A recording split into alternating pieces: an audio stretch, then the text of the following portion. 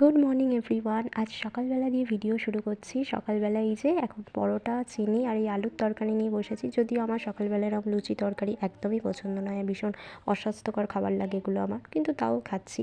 আর আজ অনেক দিন পর আমি আমার মাসির বাড়ি এসেছি আর ভাবলাম একটু ব্লগ করি। আমি তো আগে মাসির বাড়িতে এসেই খালি খালি ব্লগ করতাম, তো এখনও ভাবলাম এতদিন পর এলাম যখন তখন ব্লগ করি। তো এসেছিলাম হচ্ছে মাসির বাড়ি, সত্যনারায়ণ পুজো ছিল।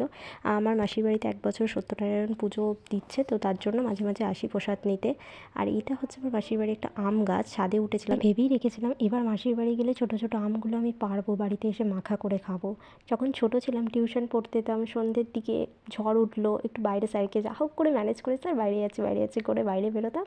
আর গাছ থেকে আমরা এখানে পড়তে যেতাম, সেখানে বেশ আম গাছ ছিল, তো ওই আম গাছ থেকে টপ টপ করে আম পড়তো, নাহলে ঢিল ছুঁড়ে আম পাড়তাম। সত্যি ওই আম পেড়ে খাওয়ার মজা আলাদা, কিন্তু ওই নিজেদের গাছ থেকে আম পেড়ে খেলাম ওই আমের কোনো স্বাদ নেই। কারোর চোখের আড়ালে টুক করে গাছ থেকে আম পেড়ে নিলাম, ওই আম খাওয়ার মজা আলাদা, যাই বলো।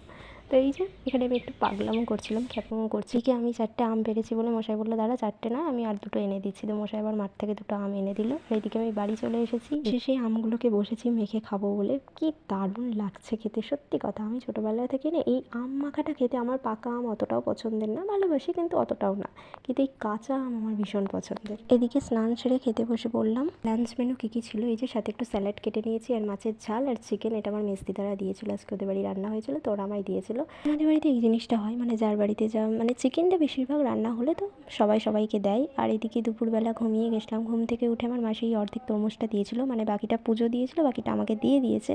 তো এই তরমুজটা আমি পুরোটাই মানে আমি খেয়েছি ধরতে গেলে, কারণ বাড়িতে সবাইকেই দিয়েছি, সবাই অত পছন্দ করে না, আমার মা দিদা দাদু সবাইকে দিলাম, তো ওরা অত খায় না, অত পছন্দ করে না।